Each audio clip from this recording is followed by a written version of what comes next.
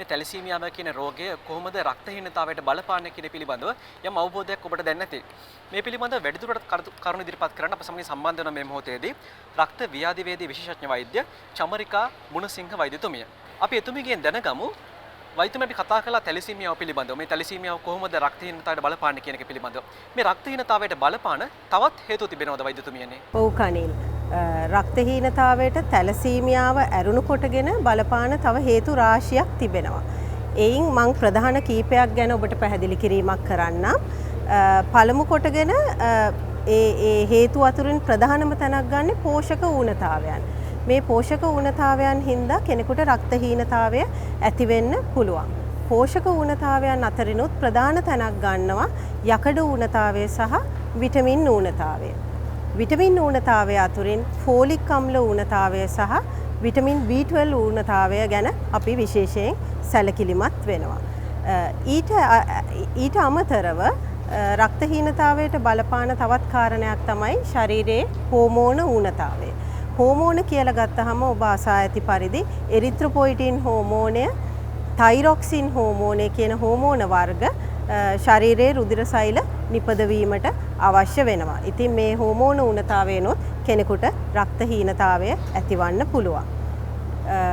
ඔබ කවුරුත් දන්නා පරිදි අපේ රුධිර සෛල නිපද වෙන්නේ ශරීරයේ තියෙන ඇටමිදුළු වල. ඉතින් මේ ඇටමිදුළු වල යම්කිසි අකර්මණ්‍යතාවයක් ඇති වුණොත් අපි ඒකට ඉංග්‍රීසියෙන් කියනවා bone marrow failure syndromes කියලා. ඒ වගේ අකර්මණ්‍යතාවයක් ඇති වුණත් රුධිර සෛල නිපදවීම අඩුවීම හේතු කොටගෙන විශේෂයෙන් රතු රුධිරාණු නිපදවීම අඩුවීම හේතු කොටගෙන ශරීරයේ හිමොග්ලොබින් ලෙවල් එක හෝ රක්තහීනතාවය ඇතිවන්නට පුළුවන්.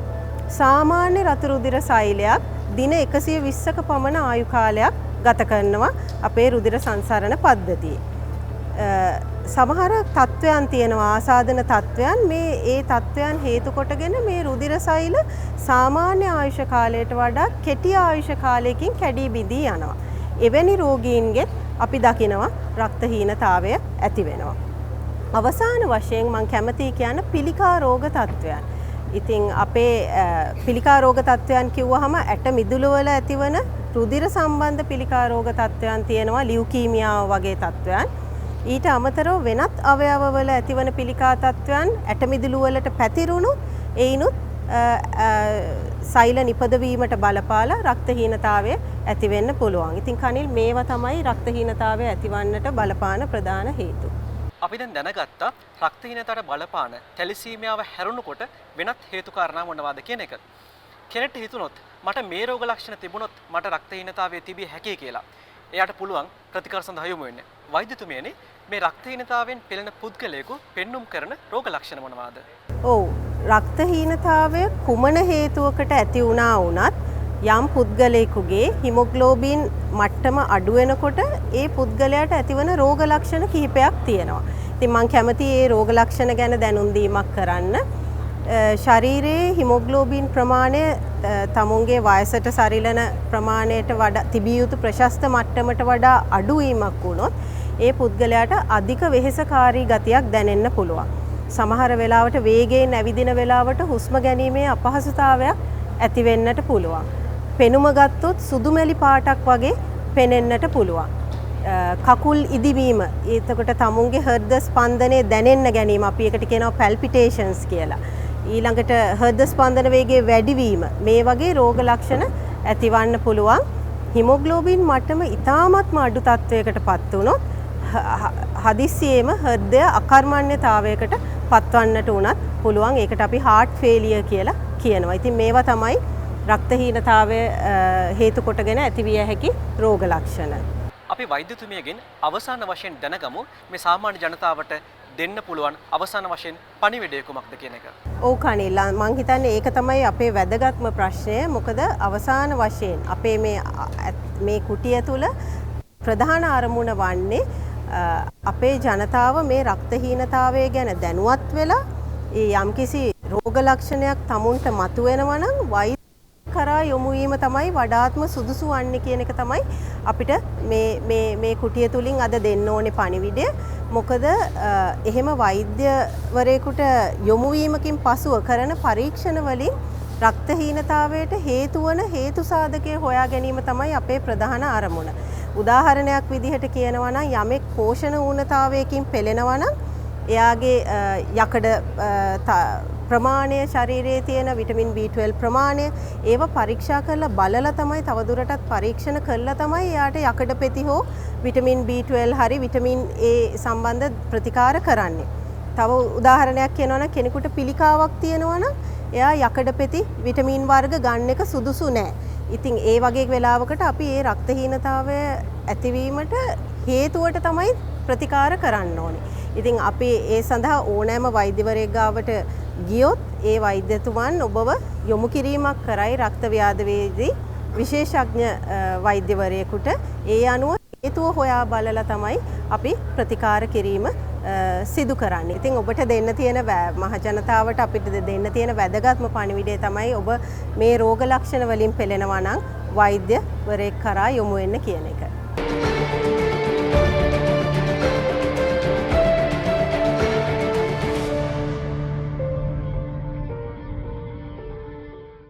හීමොග්ලොබින් නැමැති රතු රුධිරාණු වර්ණකය සෑදීමට අවශ්‍ය පෝෂක ද්‍රව්‍යයන් ඔබගේ ආහාරයේ අඩංගු නොවුනහොත් එහෙම නැත්නම් ඔබගේ ශරීරයෙන් අවශෝෂණයට ලක් නොවුනහොත් ඔබට පෝෂක ඌනතාවයන්ගෙන් ඇතිවන රක්තහීනතාවය ඇතිවීමට පුළුවන්.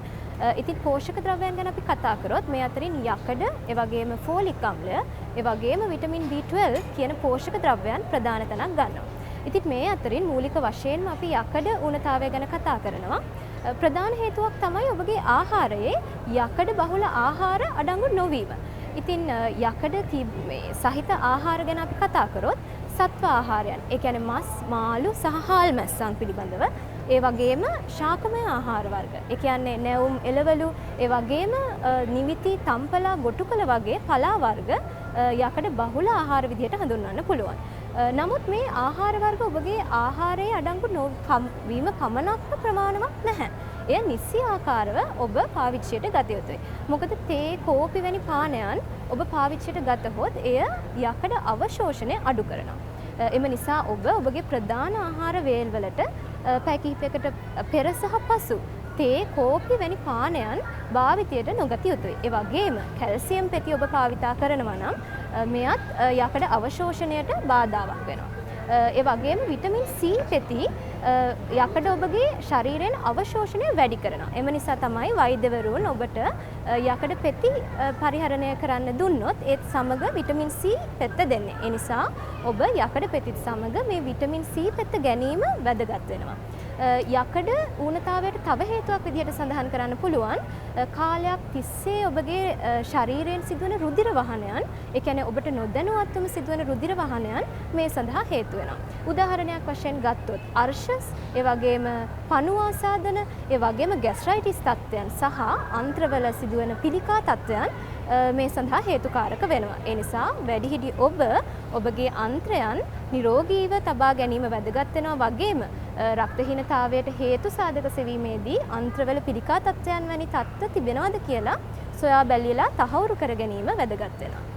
තවද යකඩ වගේම ඔබ දන්නවා විටමින් වර්ග රාශියක් තියෙනවා. මේ අතුරින් විටමින් B12 කියන වර්ගය රතු රුධිරාණු නිපදවීමට වැදගත් වෙනවා.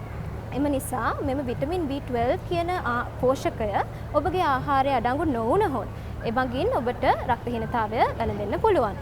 ඉතින් මෙහි තියෙන විශේෂත්වය නම් විටමින් B12 තියෙන්නේ සත්ව ආහාරවල පමණයි. එම නිසා ඔබ නිර්මාංශ පුද්ගලයෙක් නම් ඔබට විටමින් B12 ඌනතාවය ඇති වෙන්න හේතුවක් වෙන්න පුළුවන්. ඒ වගේම ෆෝලික් අම්ලය ගැන සඳහන් කළොත් ෆෝලික් අම්ලය ශාක සහ සත්ව යන ආහාර වර්ග දෙකේම අඩංගු වෙනවා.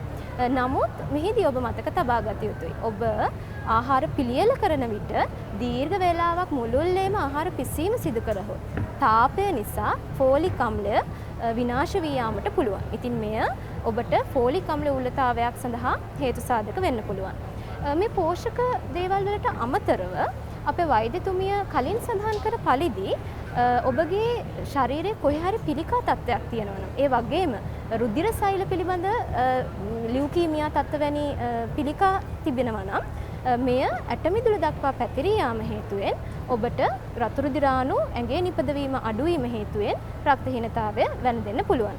ඒ වගේම අපි ගර්භණී කාලයේදී සිදුවන රක්තහීනතාවය පිළිබඳ කතා කළහොත් මෙයට ප්‍රතිකාර කරන්නේ අපි මෙහි බරපතල තත්ත්වය පිළිබඳව සලකා බැලීමට ලක් කිරීමෙන් පසු. එයට හේතුකාරක වෙන්න පුළුවන් මවගේ දැන් පවතින සෞඛ්‍ය තත්ත්වය, ඒ වගේම ඇය ගර්භණී වීමට ප්‍රථම ඇයගේ තිබුණු සෞඛ්‍ය තත්ත්වය සහ ගර්භණී තත්ත්වයේ ස්වභාවය මත මේ ප්‍රතිකාර වෙන වශයෙන් වෙනස් වෙන්න පුළුවන්. ඉතින් මේ සියලුම තොරතුරු අඩංගු පත්‍රිකා අපි පිළියෙල කරලා තියෙනවා. මේ විදිහට අපි මේ පත්‍රිකා අපි මේ ප්‍රදර්ශන කුටියෙන් මහජනතාවට බෙදා හැරීමට ලක් කරනවා. ඒ වගේම ඔබට තවත් තොරතුරු අවශ්‍ය නම් ඕනෑම වෙලාවක මේ ප්‍රදර්ශන කුටියේ ඉතින වෛද්‍යතුමියන්ගෙන් අහලා කරුණු පැහැදිලි කරගන්න පුළුවන්.